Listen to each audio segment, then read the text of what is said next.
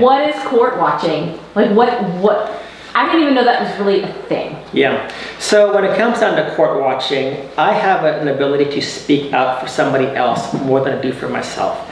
And I think that what happens is when people go into these courts, they feel like they're trapped, like nobody believes them. Because you have the idea that the courts are the place that you go to get justice. But the courts are the place in which injustice is executed upon you. So I had some friends, I said, okay, you know what, I'm going to go in there and watch this. When I said court watching, in our Texas state constitution, it says that the courts shall remain open. And judges are, in many instances, elected officials. Not in every, I think they're appointed in some areas. But, you know, we have our legislative meetings that are all broadcast openly. And when you go in, you should be able to go into the courts to see what's happening. I believe it's a duty that we have as citizens to make sure that our courts are operating with justice. And we do have an open court system that we should be able to go in and watch what's taking place to make sure these judges are acting with integrity, that these attorneys, that the whole system is acting in an upright manner, not in an abusive manner. So when I say court watching, what I've done is I've gone in and I've just sat down and I've watched the case. A lot of times I knew a little bit about what's going on. Sometimes I've gone into cases where I knew nothing whatsoever, but I watched it. And when I watched it, what I mean is that I'm listening to both sides. I'm listening to the argument. I'm asking myself, is this even right? Is there any legal basis for this? Or is this like the Texas Family Code? Is this just like some type of a code that people have put into place and indiscriminately applying? And I've watched attorneys. This has really bothered me with attorneys when you want to answer a question and they tell you objection, non-responsive. They will not let you give the full truth. They want a yes or a no to a question that cannot be answered with a yes or a no. And if you answer yes, it may be prejudiced against you without knowing the context. But these are legal gimmicks that they're doing. And, you know, an attorney says that he or she represents my client, right? And what does an attorney do? They want to win.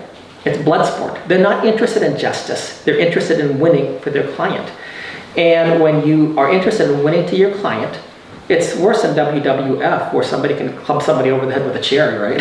You know, where did this person come from? And the next thing you know, he's pinned and he's up. But I'm just saying that in these courts, the way that these attorneys work is really, I think, perverse in many instances.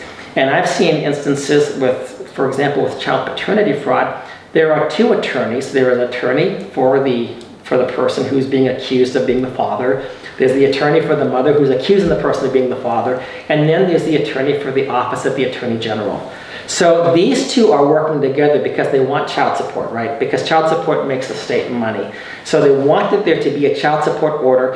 And I know in the case that I watched in paternity fraud, everybody knew, including the office of the attorney general, that the guy was not the father. The mother admitted the guy was not the father. So eventually the two people agreed he's not the father, no child support. There was one person who did not agree. The office of the attorney general, because they wanted to collect some child support. In fact, at one time they even stated that I believe that they counseled her to claim him to be the father because the real father apparently fled from the country and this guy was making money. So if we have a child support order, you know, he's going to pay and then we're going to still collect our money. So this is very unjust what's taking place. When you think about the courts, you think the first thing is that they should be courts of righteousness, and they aren't. They are courts of injustice. In many instances, you have attorneys that are in there. Again, they will say and do whatever to win a case for their client, even though it may be destructive to the family, to the children, and everything else. So by going in and court watching, what I've done is I've gone in to see these things and I report back to other people. I don't do this all the time. I work full time. But when I can, I go in there and then I try to report back because I think that the people in the court system are being abused and they have no voice. And even their attorneys many times won't really represent them the way that they should. The attorneys don't want necessarily to create a lot of work. They want to have easy work, make quick money. There are some that fight. But look, when you're paying an attorney $400 an hour or something like that, maybe more depending upon which law firm that you're using, you know, hey, we'll keep doing it. And I have a post from this one attorney talking about he asked his client, do you want me to scowl at your ex-husband? and make a face at him. And she said, yeah, so he did that. And he said, $400 an hour, folks. That was his comment. Something needs to be done where these attorneys who are supposed to be representative officers of the courts are unethical as can be. I believe they should be disbarred, and we're not going to have accountability unless we, the people, go in there and start actually reporting what's going on. And there would be no need for court watchers if we videotaped the hearings.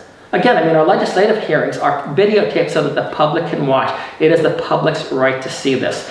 And what the judges will do, they will not permit you to take a camera into court. I've tried. I put a petition in there to do that, and every single time I've been refused as far as for doing this. But the thing is, they are video recording everything.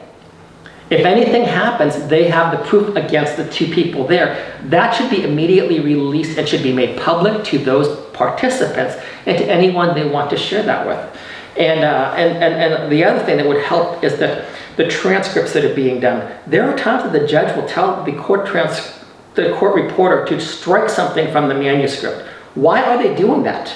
They should not be able to say that. Or else when, during COVID, we had these judges having trials online, I recorded some of them.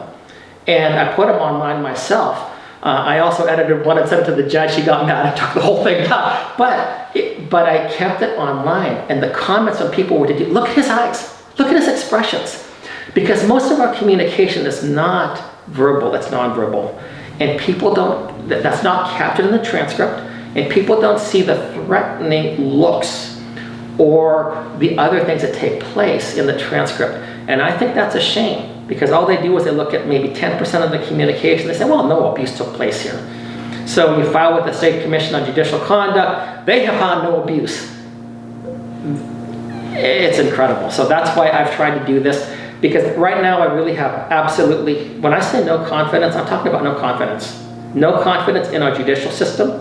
No confidence in those people that oversee the judicial system. I filed multiple complaints with the State Commission on Judicial Conduct. Every single one of them has been denied. And it's like they're part of the group. We've got to protect our own. It's been really absurd, and yet I won't go into this right now unless you. I won't go into this, but there's a lot of things that take place there that I think the State Commission on Judicial Conduct is a farce, and it's something that's down there to pretend they're actually doing something. I have no confidence in that either.